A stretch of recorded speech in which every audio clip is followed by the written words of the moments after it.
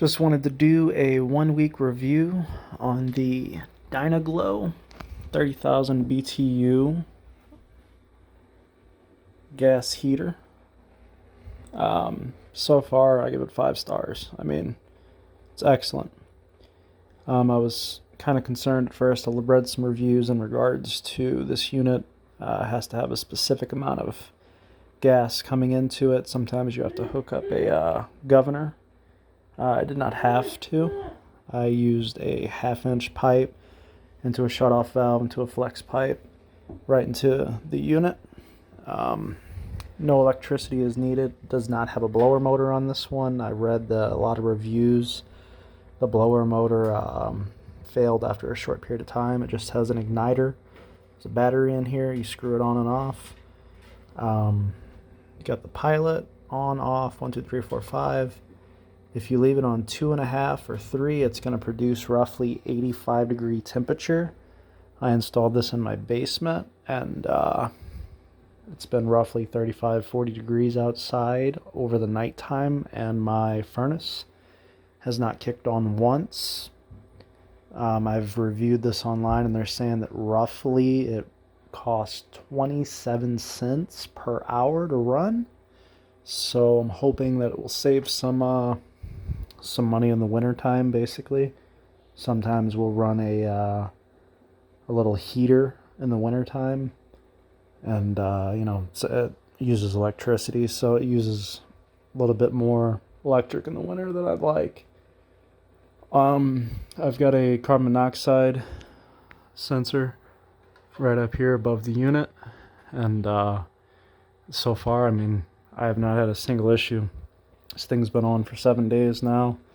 It just has a little pilot light there, and if you would like to shut it off, you just turn the knob up top right here and you put it on the off position.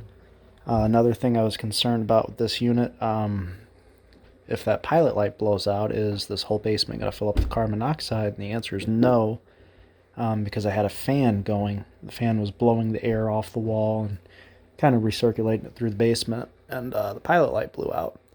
I didn't realize it. A couple hours, and came downstairs, and there was no gas smell, no nothing. So that's very good. So there's two different makes of this Dynaglow. There's one with this plate here, and then the other one that has a gas flame that just shoots up right on the bottom.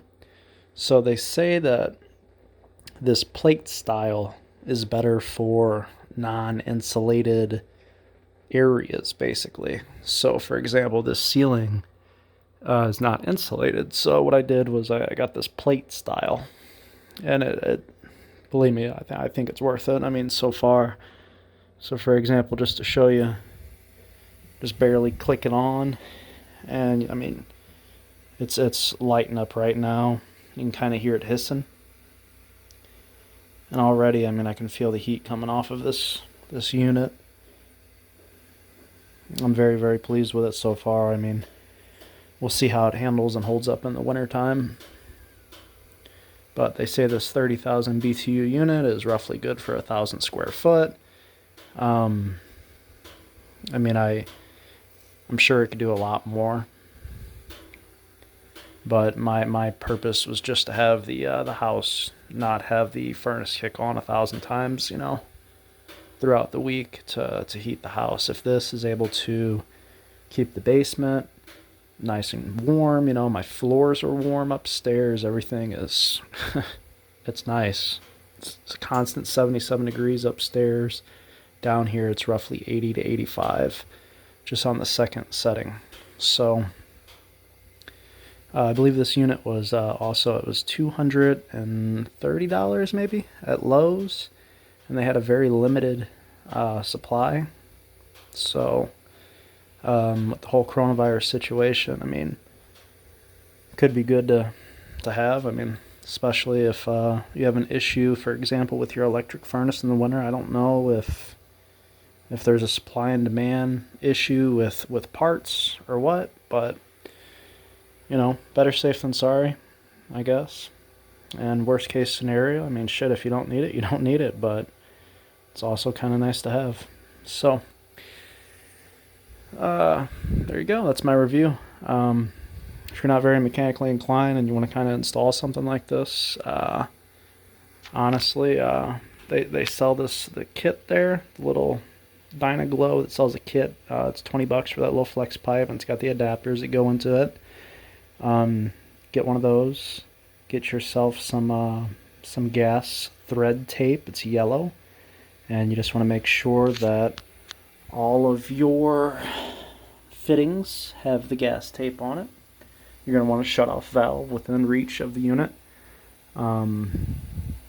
This also works on propane, and from what I've read, if you leave it on a lower setting with propane, it's going to last roughly, I believe it said a week on a 30-gallon tank, which is the same as like a barbecue grill. But that's just from the reviews I've read. I don't know personally or firsthand. So, but yeah, so I did a 1/2 inch up into a T right here. This is 3/4, your regular 3/4 coming into the house.